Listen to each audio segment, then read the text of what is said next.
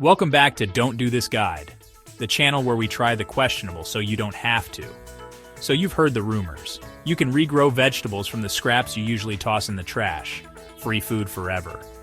But is it really that simple? Let's find out. I mean, come on, who wouldn't want an endless supply of fresh veggies straight from their kitchen? Imagine the convenience and the freshness right at your fingertips. It's like the ultimate life hack, right? No more last-minute grocery runs or worrying about wilted greens in the fridge. No more grocery store trips, no more plastic packaging, just pure, homegrown goodness. You get to enjoy the freshest produce without any of the hassle.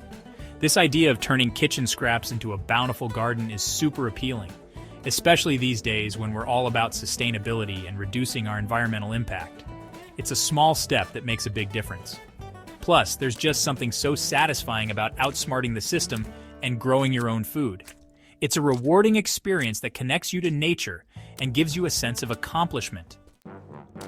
All right, let's talk about green onions, the rock stars of the regrowing world.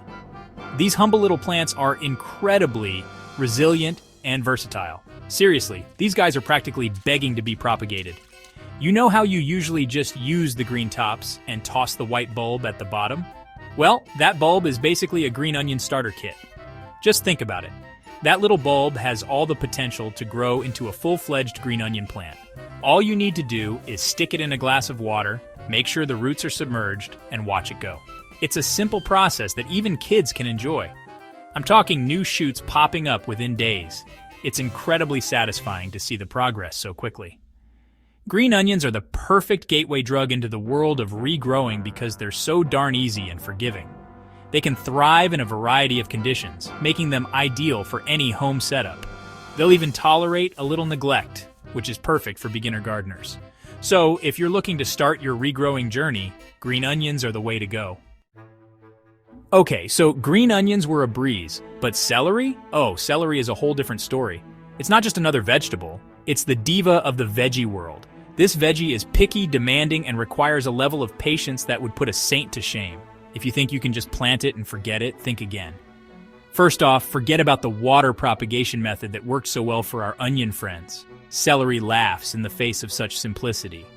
Celery needs soil, and not just any soil. It needs nutrient-rich, well-draining soil. Think of it as the VIP of your garden, demanding the best of the best. And don't even think about shoving that celery base directly into the ground. Oh no, it needs a bit more pampering. You gotta baby it first. Treat it like a delicate newborn that needs constant attention. You need to trim the base, leaving about an inch or two of stalks attached. This is crucial for its regrowth. Then you gotta place it in a shallow dish of water, making sure only the base is submerged. And then you wait, and wait, and wait some more. Patience is key here. If you're lucky, after a week or two, you might see some tiny little green shoots emerging from the center. This is the moment you've been waiting for. That's when you know it's time to carefully transplant your celery baby into its pot of prepped soil. Handle it with care, and it just might reward you with a bountiful harvest. Lettuce. Oh, lettuce. You look so promising in the grocery store, all vibrant and leafy green. But when it comes to regrowing, you're kind of a letdown.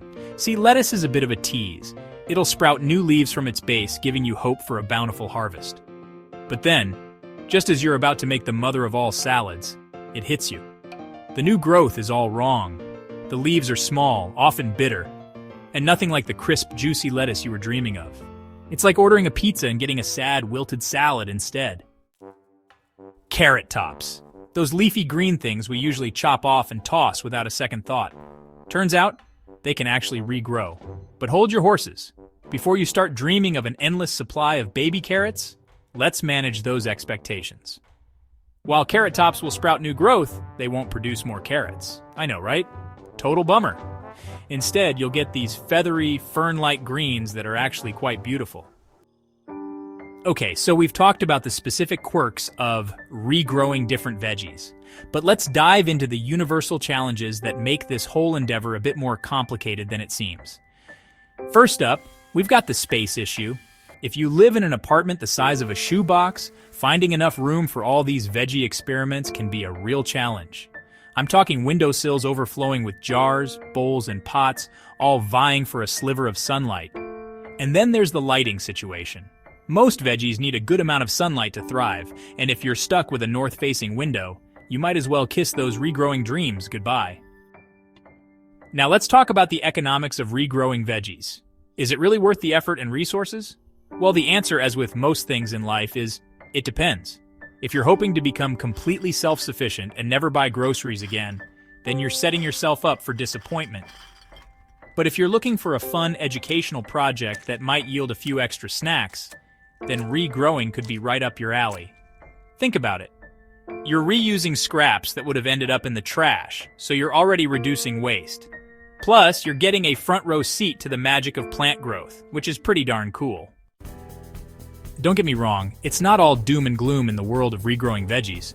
There are some success stories out there, and they're pretty inspiring.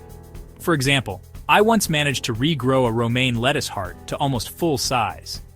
It wasn't the most beautiful lettuce I'd ever seen, but it tasted just as good in my sandwich.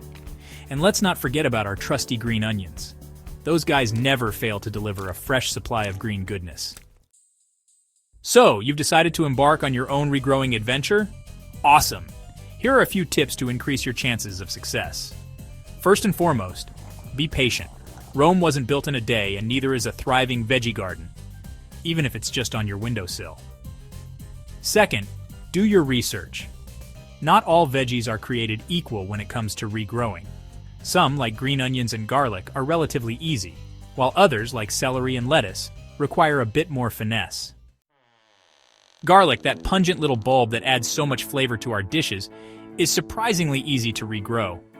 Seriously, it's like the overachiever of the veggie world. All you need is a single clove of garlic, a pot of soil, and a sunny spot. Stick the clove, pointy end up, about an inch deep into the soil, water it well, and wait. In a few weeks, you'll start to see green shoots emerge from the soil.